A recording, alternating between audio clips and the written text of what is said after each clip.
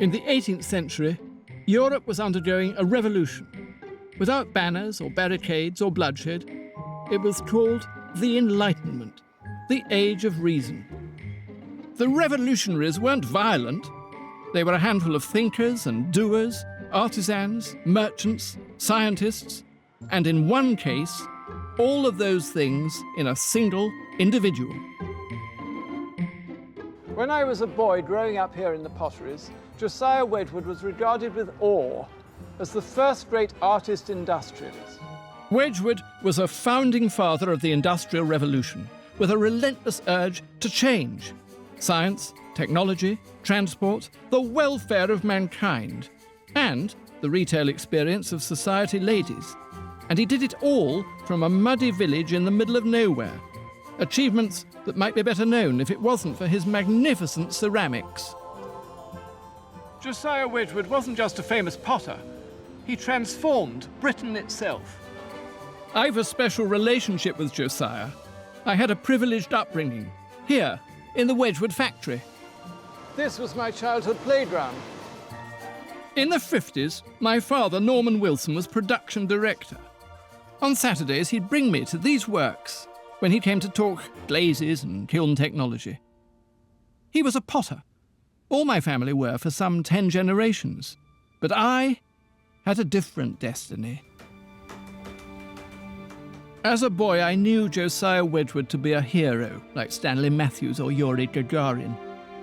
As a writer, I find him fascinating. Why do I want to write about Wedgwood?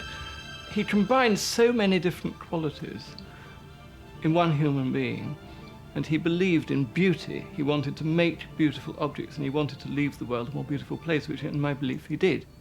An extraordinary inventor, of course, but he really had a completely new take on English society, and so that fascinates me. There's another reason. I was a witness to history when the company went through a post-war renaissance, but too young to appreciate it all.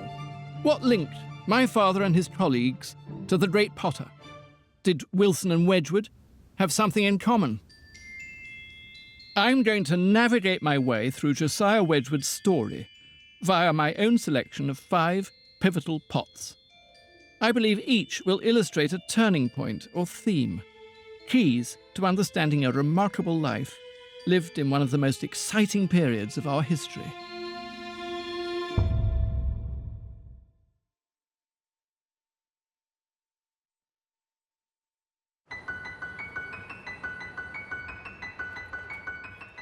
The Georgian era is still all about us, in art, literature, and grand architecture. It's as relevant today as it was then, made by people we feel familiar with.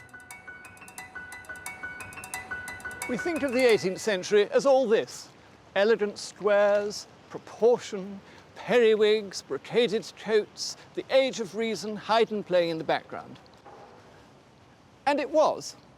But in the early 18th century, in a small provincial village like Burslem, where Josiah was born in 1730, things would have been as undeveloped as they had been in 1530.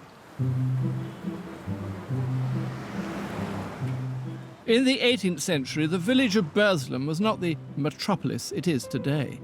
Unlike today, this town and the 5 others that make up Stoke-on-Trent were a centre of industry, the pottery industry.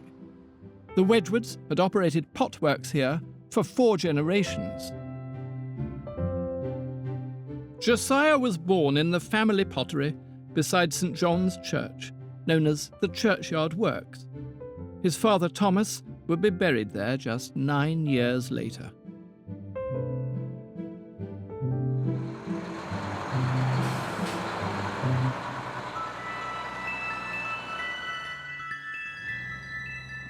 Jos was the youngest of 8 surviving children. Their world was built on clay. The pots that came from Burslem were, understandably, a variety of rich, dark colours, or else a muddy cream made using lighter clay chipped in from Cornwall. For centuries, the British ate and drank from these very serviceable wares. But by the middle of the 18th century, a new kind of consumer was emerging, one who wanted something tasteful. Historian Jeremy Black. From the mid-18th century, you have the development of what they would have called at the time the middling orders. They didn't really use the term the middle class. Britain is becoming a much more prosperous country. People wish to display their taste. On the same time, of course, sugar is coming into the country, coffee is coming into the country, chocolate is coming into the country, so that the actual sociability is increasingly structured round drinking, stimulating sort of beverages. So the man who's making nice tea sets and coffee sets is in business, basically. The man who's making nice coffee sets and tea sets, Josiah Wedgwood, is really in business. It is a active, urbane life which requires a set of goods, a set of products to actually help you feel elegant. Josiah knew few members of the middle classes, but he'd worked for potters who sold to dealers in London, Liverpool and Birmingham, then known as Brummagem. With a gammy leg and a restless, inquiring mind, Josiah Wedgwood felt ready in 1759 to set up on his own. To all lovers of art, this should be a place of pilgrimage. For it was here, when he was not yet 30, that Wedgwood moved into his beautiful ivy-clad cottage and started the so-called Ivy Works. Surrounding him on every bit of this hillside, there would have been smoking kilns of other potteries, producing on the whole rather crude stuff, red and cream ware, coloured novelty ware. What was he to make? Well, Wedgwood was a businessman. He made what would sell. And what did sell, like hot cakes, was pottery that reminded the new urban money of the rustic idyll they'd left behind. The first pot in my voyage around Josiah Wedgwood represents the young businessman at 30 with a gift for making and marketing that set him apart. This pot is for serving tea, a fashionable drink, and it wasn't for the hovels of Stoke. It was destined for the tables of urban sophisticates who would be seduced by its lustrous green glaze. At the Wedgwood Museum, curator J. Blake Roberts has just a few of his glaze experiments on file.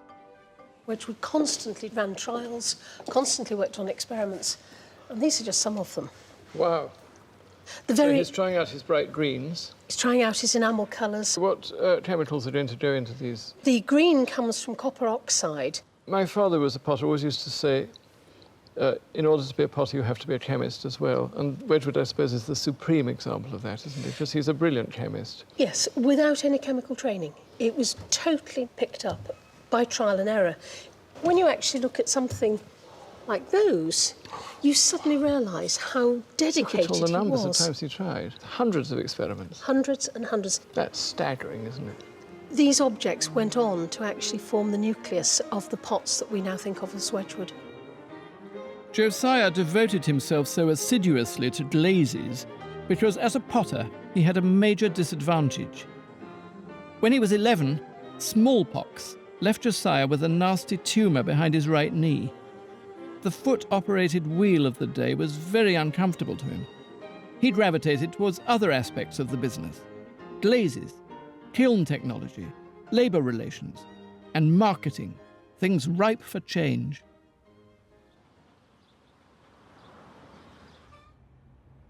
Questioning the way things were done in the pottery came naturally to a boy whose family dared to question the nature of God. They were Unitarians, dissident Christians. The Unitarianism is an important part of Josiah Wedgwood. He came here regularly and brought his family here when he was a married man with children. To be a Unitarian was to question the status quo. You weren't part of the establishment. Yes, you believed in God, but beyond that, you didn't subscribe to any orthodoxies. It meant that you passionately believed in free inquiry, in intellectual life, and he certainly believed in the education of both of boys and of girls. Underlying it also is this very, very strong sense of morality. He was, in many senses, a bit of a Puritan.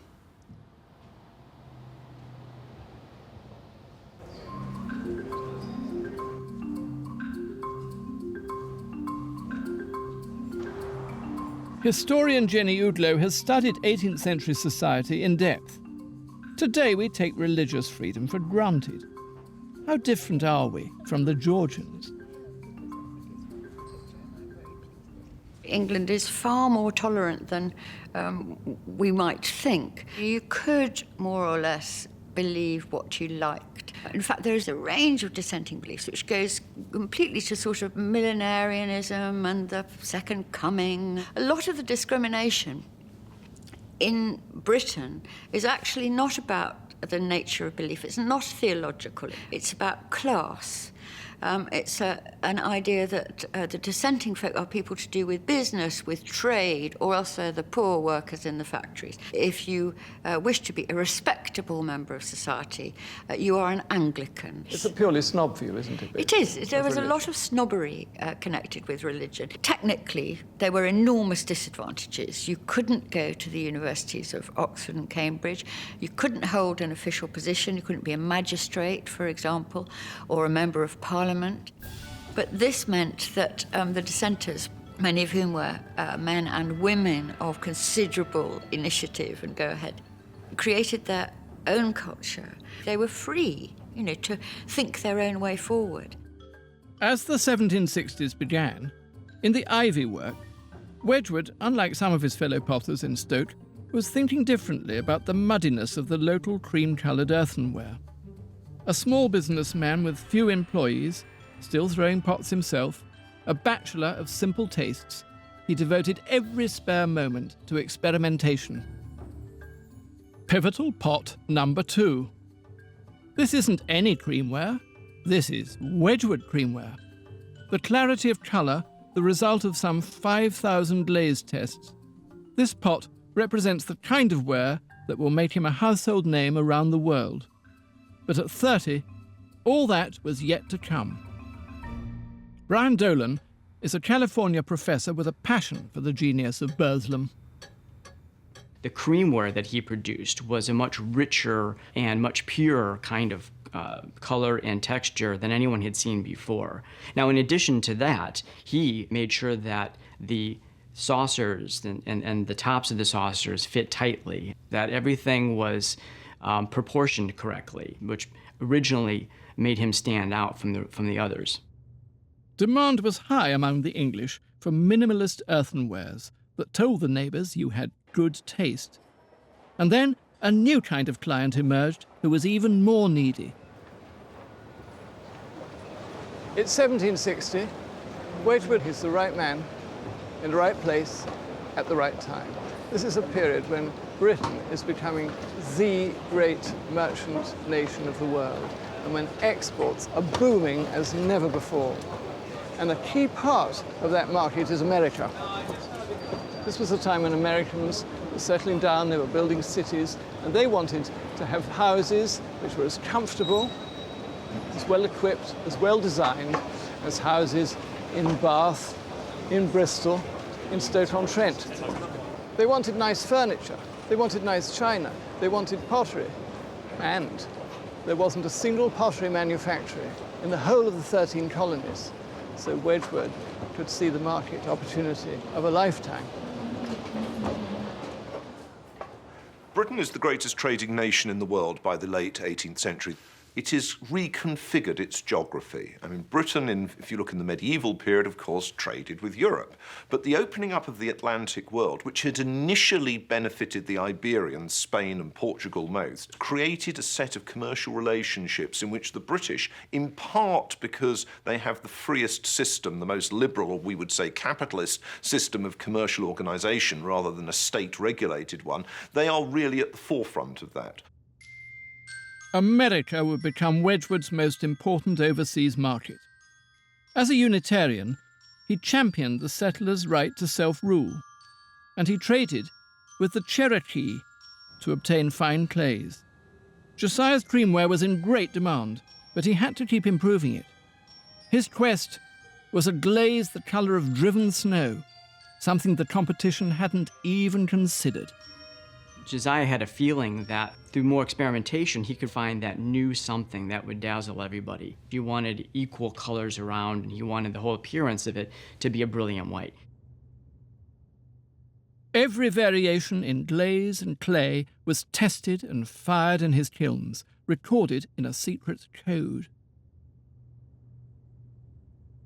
What he finally discovers after toiling for months in the laboratory was just the right formula that he could bake at just the right temperature for just the right amount of time in order for him to get what he calls the good white glaze.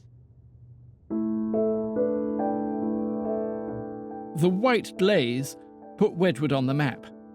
As he began to become a household name, he spent more time in the capital, cajoling dealers and observing the habits of London society, what he called the virtuosi. He had an extraordinary affinity for the kind of things which would appeal to people. And he had a particular feeling, I think, for feminine taste and what women wanted to see on their dining tables. His good white glaze, his creamware, had become something that every family in England wanted.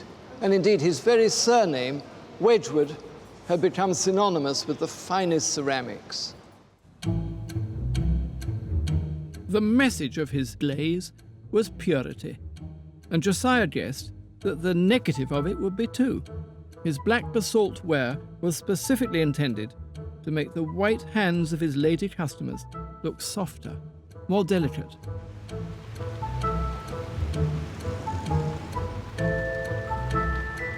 At Liverpool University, Robin Hill and Andrew Popp teach business history. They've examined the mechanics of what was the building of a Georgian super brand.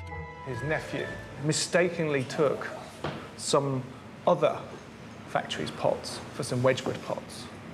And Wedgwood was aghast at this. And it was acknowledged amongst potters that Wedgwood made the best pots. And yet even someone as intimate as the business sometimes mistook Wedgwood for something else, or something else for Wedgwood. Wedgwood thought, I need to distinguish what I make, to say, this is a Wedgwood. Most branding now is literally a brand stamped on, for example, a piece of clothing. You can display the name, but of course with pottery, the name is always hidden. The name is always underneath, face down on the table. It was about distinguishing it from the outside, from the surface. And so we have this commitment to an ever whiter glaze, this perfectibility in the glaze. And then, of course, once you've got that in place, you can really run with it. And he developed something that we now think of as brand extension. You get a core, and then you find new ways of rolling it out, finding new products, new outlets.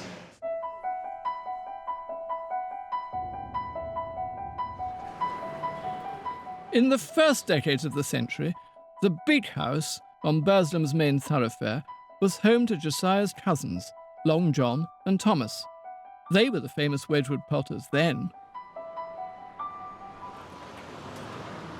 In 1762, when he was 32 years old, Josiah Wedgwood stood here outside the big house on the pavement, looking in. He didn't know it, but he was about to become the greatest name in British pottery. Within 4 years, he would be the most celebrated designer in the world, the greatest arbiter of taste. And the catalyst for this was the two relationships he was about to form.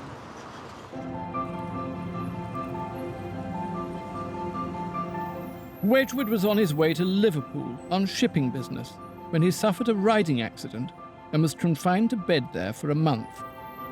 It was a hotspot for high rollers and deep thinkers. One of them was businessman Thomas Bentley. Josiah is this great manufacturer. Bentley was primarily a merchant, wasn't he? Bentley was actually in Liverpool working as an agent. He was actually very well versed in the ins and outs of the distribution side of the business to the New World, which of course was exactly what Josiah needed to find and as a partner for his business. Josiah was the worker. He was the skilled craftsman. He worked with his hands very successfully, whereas Bentley, on the other hand, was the one who worked with his head. In Bentley, Wedgwood had found someone who wasn't just a business associate, but a soulmate. Bentley was a much more sophisticated person than Wedgwood. He'd been on the Grand Tour. He came from a richer background. But something that Wedgwood responded to absolutely immediately in Bentley's character was this idea that if you've made a lot of money in business, you don't just sit on your hoard of gold, you go out and try and improve the human lot. Bentley had founded a public library, he'd started the Society of Arts, And he'd built something he called the Octagon Chapel, where he hoped to establish a rational religion. Through Bentley, Wedgwood now gained access to a new market, the gentry. The urbane businessman became the potter's man in the capital, and eventually Wedgwood's partner. The second pivotal relationship would provide him with the finance fully to realise his ambitions. Wedgwood had been in love with his cousin Sarah, known as Sally, for several years, but her father Richard had prevented their union. Now he saw that the good white glaze made Josiah a better bet. Wedgwood to Thomas Bentley. My dear sir, all matters are amicably settled betwixt my papa-elect and myself. I yesterday prevailed upon my dear girl to name the day, the blissful day, when she will reward my faithful services and take me to her arms, to her nuptial bed, to pleasure, which I am yet ignorant of. We are to be married on Wednesday next. Sally came with cash, which gave her the whip hand. How unusual was this? Clever parents, or clever women very often, made sure that they had some money. There was always a system of a sort of contractual dealing and of protection, of putting money in trust. In the 19th century, you have women really surrendering everything they possessed to their husbands. Are you saying that in 18th century Burslem this wasn't the case? In the 18th century, they were very hard-headed, sensible, practical, especially the Wedgwood family. And marriages between cousins is extremely common. It's part of keeping the money, the business in the family. Over time comes friendship and interest and understanding. Wedgwood had the connections, the money, and a market-leading product to grow his brand. All he needed was a lucky break. In 1765, Wedgwood opened a letter from St. James's Palace, inviting him to take part in a competition with all the potters of Staffordshire to provide a tea service for Queen Charlotte. Now, if Queen Charlotte bought his tea service, all the duchesses in England would want to buy one.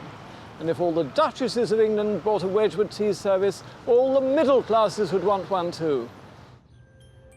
It took Josiah months of experimentation to find a way of making 22-carat gold stick to his good white glaze. He mixed it with honey and fired it at a very high temperature. He won the competition, of course, but sadly, we can't enjoy its wonder today. The Queen's service has disappeared. It has disappeared. It's disappeared. It's not somewhere in Buckingham Palace. No, everybody's been looking for it for years. When we try to imagine the now lost Queen's service, we're to think of a teapot like that. Very much of this shape, which is very typical of that period, with this wonderful crossed handle. But the Queen's service would be gold all over, with these green flowers standing out on it. It would be gilded. It wouldn't be plain like that. No. But presumably washing it all the time was disastrous. Washing and using it, it's taken the gilding off. Summoned to the palace, Josiah asked for permission to call his creamware Queensware, the ultimate in celebrity endorsement.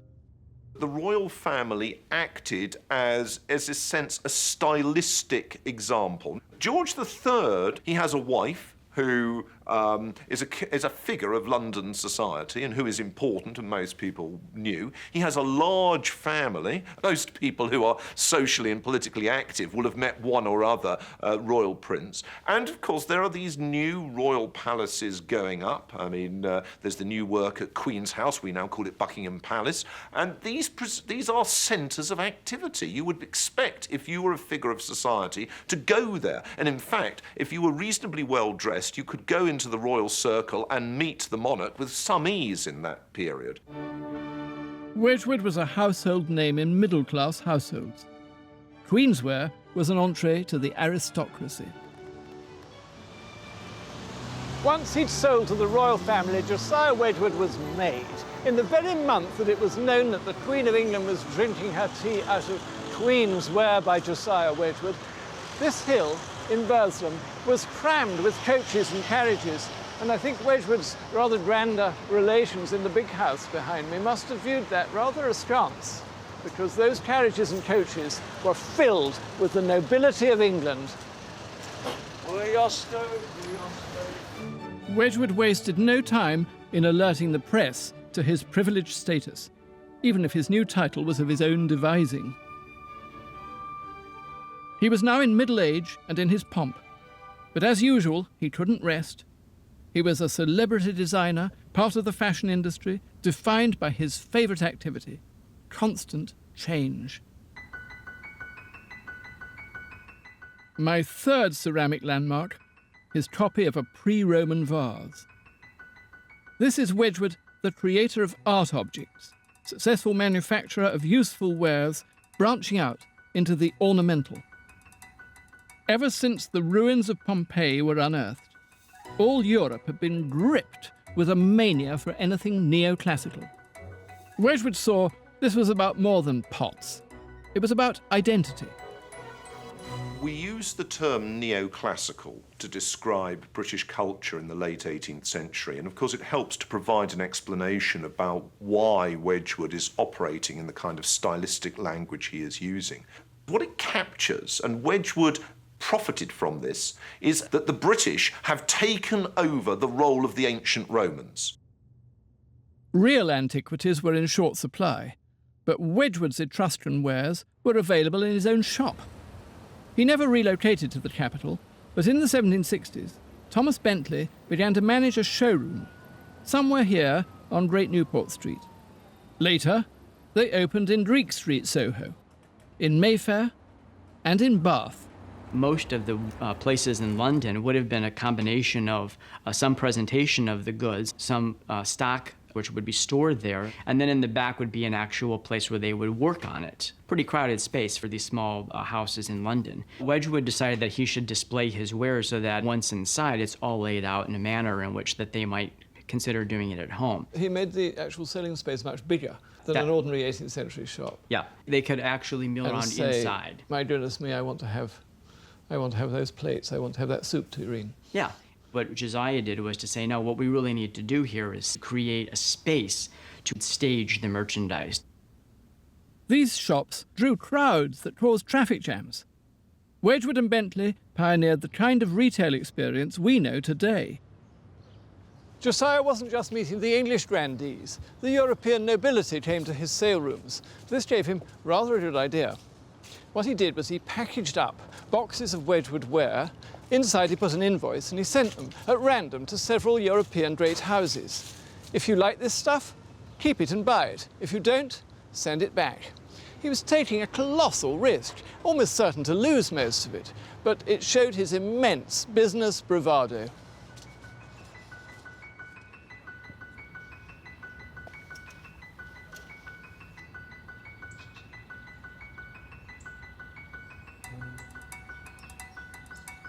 The package that went to Saxony and the modest home of Prince Leopold III of Anhalt-Dessau, always known as France, succeeded in rekindling an interest first ignited on the Grand Tour. The prince was an acquaintance of the antiquary Sir William Hamilton, ambassador and purveyor of original pieces.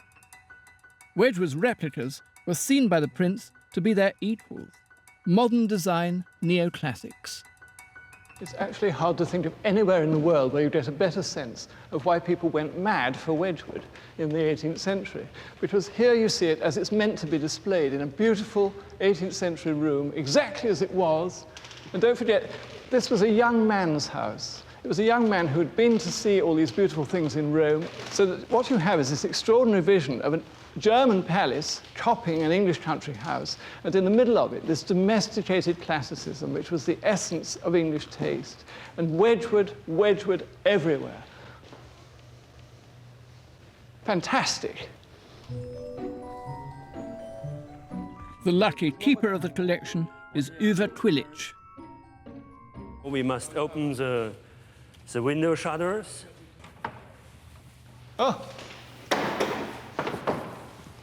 Oh, my goodness me. Yeah, the light come in, and we are in the age of enlightenment.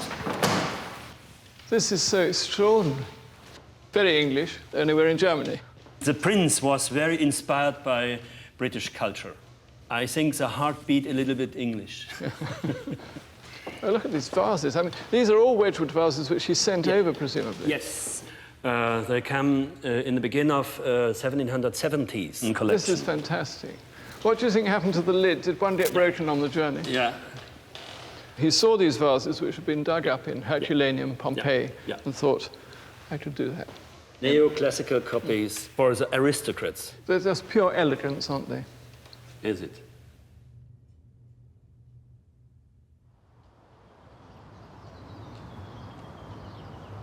In England, Wedgwood was himself preparing to move into grand accommodation, a new purpose-built live-work space. In 1769, the new building was ready for occupation. It was the most modern industrial space in the world. The works employed around 300 artisans. Processes were broken down to facilitate mass production. Staff became specialists in one area but ignorant of others, so the chance of telling his secrets to competitors was reduced. Wedgwood demanded hard work, but his religious beliefs made him an enlightened employer. He built 76 workers' cottages near the factory. To combat the lung disease that killed potters, he considered a primitive form of air conditioning. This was Unitarianism in action. Most factories were hellish, and it wasn't much better out in the fields. The kind of romanticisation that you saw in the opening of the Olympics was naive and ridiculous. It wasn't the case that rural work was in some way a benign set of activities which were swept away by harsh industrialists. Rural work also was pretty awful, arduous and very long hours. He called the new place Etruria, after that part of Italy where the Etruscans had lived. In the 1920s, when King George V and Queen Mary visited the works, Queen Mary asked one of the workers, "Do you enjoy living in Stoke?" And he replied, "I don't live in Stoke, ma'am. We're all Etruscans here." On the day Wedgwood and Bentley opened the Etruria factory, June the 13th, 1769, Wedgwood himself threw 6 celebratory Etruscan vases. The one on the left was Josiah's own souvenir of the auspicious day. Josiah was about to turn 40. He'd made it. And he did still make it. It's an obvious thing to say, but Josiah Wedgwood was first and foremost a potter. Even when he was a young apprentice, he threw better bowls and vases than anybody else had ever done in England. He was a fantastically brilliant craftsman. And when he was working at Etruria as a distinguished old man, people would gather round and watch him throw a vase. It was a master class in how to be a potter. When he moved into Etruria as a grand old businessman, was he a suit? Was he afraid to get his hands dirty? No.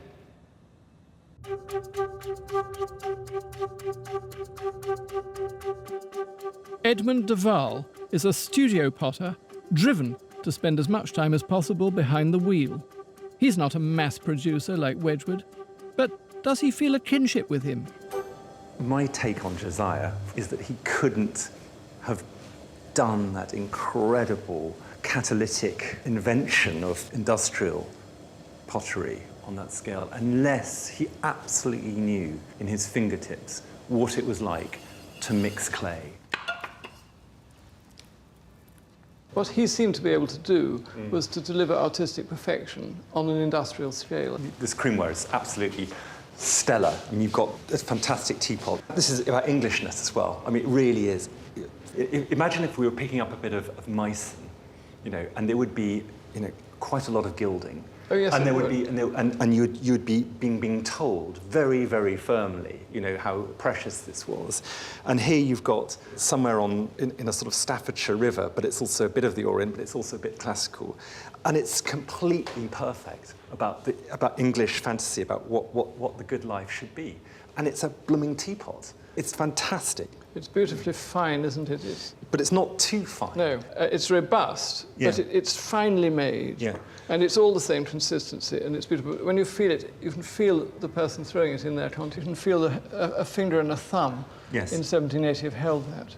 And it's all the thing about making that part of the kind of the joy of the object. And so here, you know, with this fantastic cup and saucer, you've got this ridiculous handle here, which is Which is glorious. I love glorious. this handle. I love this. That's a particularly wonderful cup. Yes, and you can actually see where the thumb Yeah. has pressed these two And bits of with handle a on. tiny handle like that, then it was nearly always the women who did the handles.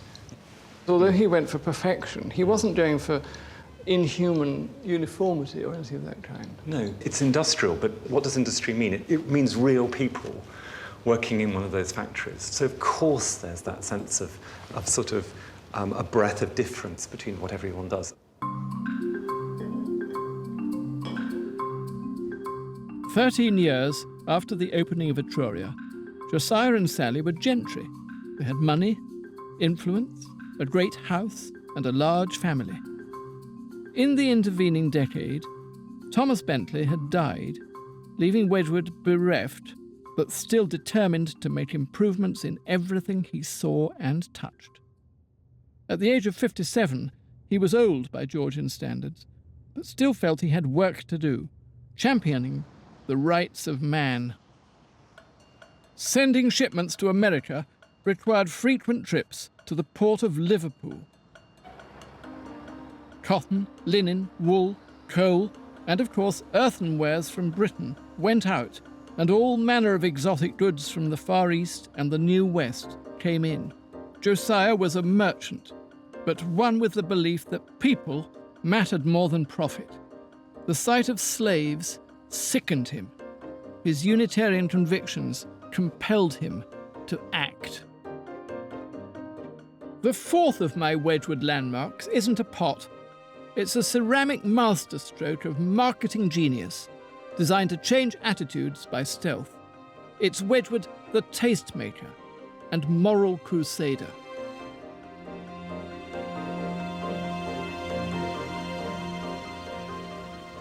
Wedgwood wasn't just a man with a passion for making things and for selling things. He was also consumed with a passion for social justice. Am I not a man and a brother?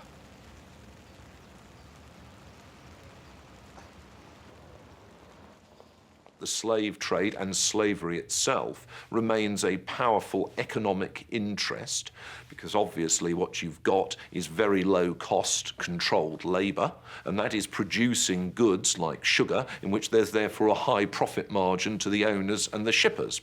And that is significant for British industrialisation. While Wedgwood would have irritated some people by his stance, there would have been other people that have thought, absolutely, this is the right approach to take. He actually made thousands of these much smaller medallions. That's wonderful, that one. Which he sent to people like Benjamin Franklin for free distribution to anybody who would support the cause. And you could argue that they're the very earliest campaigning medal. Did he give them away free in England as well? Absolutely. It was the way in which he was able to demonstrate his support. Where would you have worn them? They were worn on watch chains, they were put into bracelets. Or pinned as a brooch, perhaps? Brooch, and it's recorded that some of them wore them as hat pins. Oh, wonderful. And it's said in a wonderful letter by Benjamin Franklin that they've done far more for the cause than many thousands of words could ever do, because for the very first time, people are openly showing their support. The idea of using fashion to deliver a political message, predating the T-shirt by 2 centuries, was Wedgwood's. But it wasn't just the message that was revolutionary. The medallions and a new wave of pots, plates and wares were made of a completely new kind of pottery invented by Josiah Wedgwood. Josiah had long ago given up the idea of imitating Chinese porcelain. Instead, he thought that this new invention of his was even better. And in 1775, he announced to the world the existence of this new ceramic material, jasper. Jasper ware could absorb these very strong colours. And the most popular colour of all was a certain shade of blue.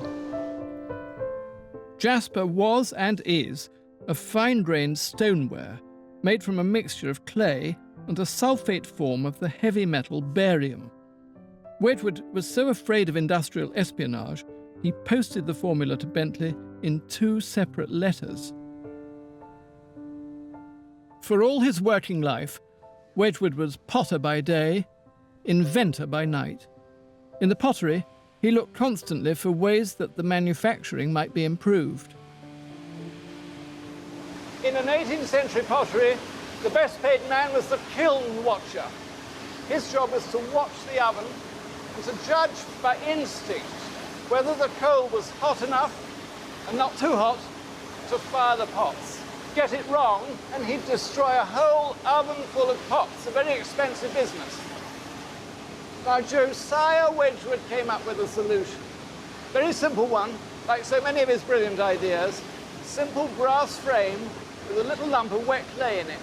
When the clay contracted, it rolled down a channel, and he knew that the oven was exactly the right temperature to fire his pots.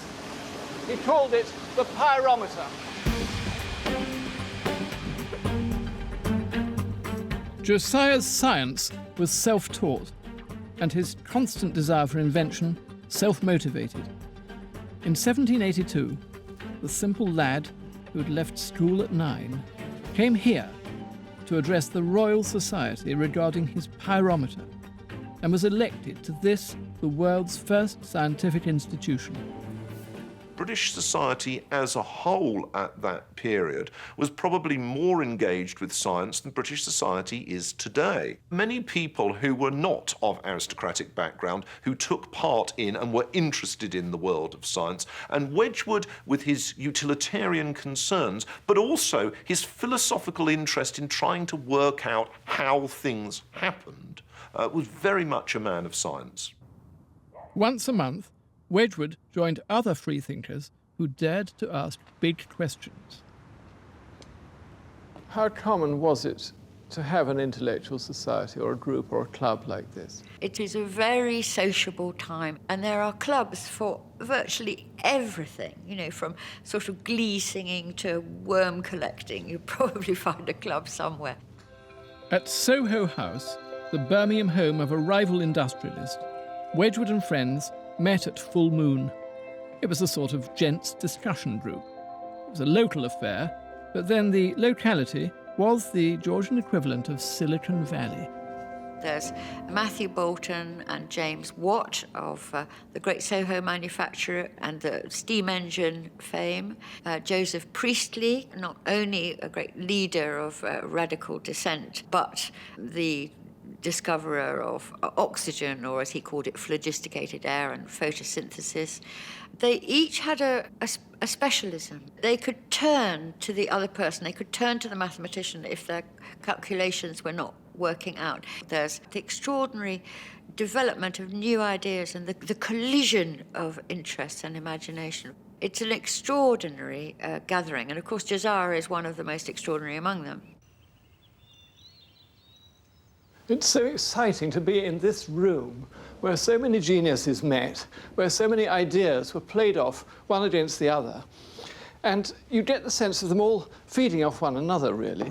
You get, for example, Joseph Priestley pioneering our modern perception of H2O, the property of water itself.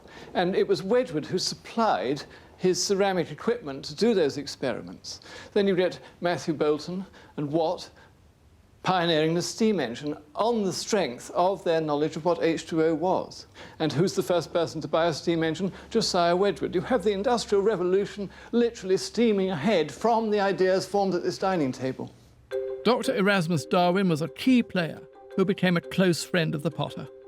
An inventor, a poet, a physician, he suggested in 1768 that Wedgwood would be better off without the gammy leg. Josiah had already allowed the experimental inoculation of his children, possibly killing one of them. Medicine was science. 18th century medicine is the one thing one would really avoid at all costs. Josiah Wedgwood was not fortunate enough to be able to avoid it. No. The amputation of Josiah Wedgwood's leg is a grim moment. He was fantastically brave. We can't say with hindsight whether it was, you know, what could have been done to help him. But it's very shocking, and yet it's part of his image, is stomping around with his wooden leg and using it to smash, you know, inferior pottery. And indeed was his nickname, Old Wooden Leg. Old Wooden Leg. In terms of the medical advances of the time, Erasmus Darwin, awful liberal doser out of laudanum, opium, you know, if it doesn't work and you feel a bit woozy, take some more. And there are terrible notes in his book about, you know, poor Mrs. So-and-so gave her vomiting, coma, death, you know. So it is a rather frightening time.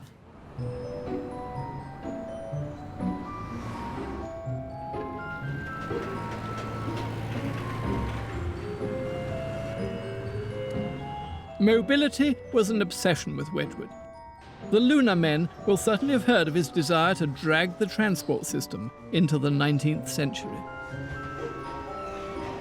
Wedgwood was a modern man, a key figure in the creation of what we call modern industry, but he knew that there was one vital ingredient missing, and that was transport. He lived in Burslem, one of the most inaccessible parts of England. It was on this sloping hill. It was full of rutted tracks, made worse by amateur clay diggers gouging out potholes from the few existent lanes. He wanted to devise a smooth, efficient method of transporting pottery from the pot banks to the dining table. He didn't just want to reform the lanes of Burslem, he wanted to reform the entire transport system of Britain. He wanted canals, and one in particular. Manchester, Birmingham and London had canals, but they were cut off from Stoke. That had to change. The most exciting project, really, of the age was the building of the Trent and Mersey Canal. If the alternative was putting things on the back of mules and going over muddy roads, or if you were lucky, putting things in wagons where the wagons got stuck in ruts, the canals cut through this and enable you to move bulk goods at low cost. And of course that's wonderful for ceramics, it's wonderful for coal, it's wonderful for many of the goods that are really important to British industrialisation. Wedgwood formed committees, raised funds and cajoled backers. When work began, it was he who cut the first sod. He'd spent 11 years trying to persuade his fellow potters that having the canal would be great for business, though he was the only one who'd eventually have the Trent and Mersey Canal passing right outside his new loading bay. As he approached his 60s, Josiah could look down from his potworks to his canal and feel a sense of accomplishment. Little did he know, he still had his best work ahead of him. The last in our potted history is his copy of the finest example of an ancient vase ever found. The original was made in 25 BC and purchased by the Duchess of Portland in 1784. The Dukes of Portland were prodigiously rich. They made the rest of the British aristocracy seem like paupers, and the old Duchess of Portland placed it in her cabinet of curiosities. Then, presumably, it was the excitement which killed her. She died almost at once. And all her wonderful collection of loot, all her classical antiquities, were put up for sale in London. And her son, the Duke, was terrified. He, one of the richest men in Europe, that a manufacturer from North Staffordshire would be rich enough to outbid him at the auction. The Duke got the vase, but it was lent to Josiah so that he might copy it. All my landmark pots stand for a different facet of Wedgwood's personality. This one is tenacity, technical genius, and stubborn refusal to give in. It is deemed to be the most technically difficult thing he ever tried to do. Many of them went wrong in the kiln. They bubbled, they blistered, the ornamentation fell off. Why was that? What was going wrong? The problem, I think, was the fact that he was trying to copy something that was effectively made of glass, cameo glass, in a ceramic body. And he was trying to make it the same sort of translucency. And it was with great triumph in October 1789 that he said, you know, I've got a perfect one out of the kiln. And what happened? Did he put it on display when he'd done it? It was on show in London by ticket only. Wonderful.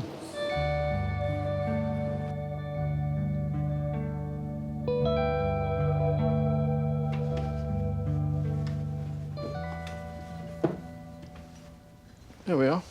Josiah, in 1790, had more or less perfected his copy of the Portland vase, and by then he was a sick man. He was taking a lot of laudanum for pains in his face and in his leg. He managed to get 20 or 30 or so, we don't know exactly how many, which were truly exquisite and were... Oh, no, don't worry. This one is actually a Victorian copy, but he did make about 20 or 30 really perfect copies of the vase, and this was one I bought in a junk shop. Probably cost me about 10 shillings, because after he'd made the Portland vase, it became his hallmark, and it was reproduced and reproduced and reproduced. The power to transform mud into china was a given for all potters, but Wedgwood went further, taking pottery from utility to luxury. Wedgwood could see that what he'd done was produce a product that was something much more than just utilitarian. This was art that you could eat off, drink from, serve your boiled potatoes from. But in owning a piece of Wedgwood ware, you become part of a larger movement, a movement of classicism. You'd really become part of the cognoscenti. Comparisons have been made with a modern design genius. What Steve Jobs did was to take an existing concept or an existing product and just make it much better. And I think that that could also be said of Josiah. Even when it comes to imitating thousands of years old pieces of pottery, he would actually take good ideas, but work his magic and his aesthetic qualities and make that the recipe for success. Today, the 6 towns that comprise the potteries are home to call centres, fast food joints, and shopping precincts. As it has in much of the Midlands, the kind of industry that made Britain famous has largely relocated to somewhere far away, where labour is cheap and the climate warmer. The manufactory on what is now Festival Way, once the most advanced in the world, is gone. Only the house that Josiah built remains. Etruria Hall, now a conference centre. One of the differences between us and the great Josiah is that everything he touched, he left more beautiful. Everything we touch, well, we don't have the knack, do we? This place is now absolutely hideous, and I think he would have been appalled at what we've done to his house. But if he sat here with the business execs, I think he'd have been realistic enough to realise trade has to go on. In the 1950s, the trade was going on. I grew up with the legacy of the first Josiah. My father and his colleagues wanted to recapture the spirit of the 18th century. They shared a belief in the power of design to make things better. That sitting on a sideboard, their pots could banish post-war gloom. They made their factory a well-oiled machine, and like Wedgwood, built ideal homes for the workforce.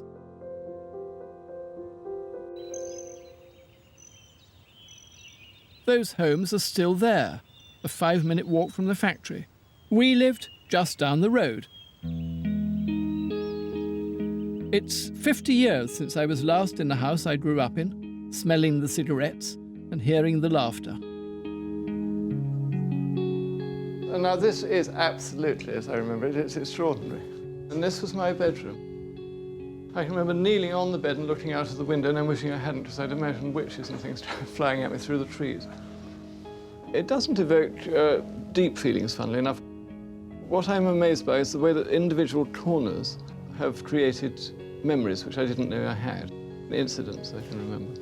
Thinking of my old father here, I can place him in various bits of the house, always surrounded with smoke, 60 a day man. Senior service untipped, of course. This is where my father would sit, drinking gin and French with old Josiah. My father talked about the Wedgwoods all the time. Him and Uncle Joss, as we called him, Josiah Wedgwood V. They'd built up the factory together. They'd been through some hair-raising times doing so, and they were constantly talking about that. I think Josiah I was a genius, and I think Norman Wilson was a man of prodigious talents and energy, but I don't think he was a genius. They had things in common, there's no question about it. Norman was inspired by the first Josiah to build a new Wedgwood factory in a rural setting. He was like Josiah in that he was both a businessman and a designer, and he had a passionately strong aesthetic sense and a horror of ugliness, and really believed that popular tableware, cups, saucers, teapots should be as beautiful as possible. I mean, he hated jasper, for instance, and all that blue and white stuff. He just thought that was CRAP for Americans. The side of America he liked was that optimistic belief in a golden future. And I think Josiah I had that. I think they were both sunny optimists, which I certainly am not myself. Much of the time, my father would be sitting in a chair, sketching out new designs. He used to get scrapbooks from Woolworths, and he did his drawing in fountain pen on these grey pages. Rather beautiful, actually. As you can see, the pots he designed were pared-down pieces for the decade when England swung like a pendulum, as did the company's fortunes. Josiah Wedgwood died worth the modern equivalent of £500 million, but subsequent directors found the going tough. I was too young to appreciate the glory days. A few years later, I knew all about the demise of the potteries. The whole pottery industry had changed completely, and that certainly wasn't agreeable to my father. He just warned us, me and my brother, off. Just said, don't have anything to do with it. I think he was quite right, too, probably. I actually got into an art school, and he was very angry and made me withdraw, and I was feeble enough. You should never obey your parents over things like that. I mean, you should obey your parents when you're little and eat up your rice pudding. But when you're older, you should follow your star. And I was a coward about that. If I count back through my family, I think my father was probably something like a 10th generation potter. And I think I probably thought when I was a little boy there was an inevitability about my doing the same. But destiny had a different idea. I'm fairly amateurish at it, as you probably see. I fancied the life of the potter, but the first Josiah's sons didn't. Josiah had educated his sons, and he'd given them money, a lot of money, and they'd become more or less landed gentry. This was a bit of a trouble in a way, because although they went into the business, they weren't really inclined for it, and they thought themselves a little bit too grand to be in trade. Nevertheless, there was genius in that DNA. And when Suki, Wedgwood's favourite daughter, married Robert Darwin, the son of Dr. Erasmus Darwin, what a gene pool that was. In 1809, they had a son. He inherited a great deal of the inquiring mind and spirit of Josiah Wedgwood. He also inherited a lot of money, which gave him leisure for his researches. And the name of that genius was Charles Darwin.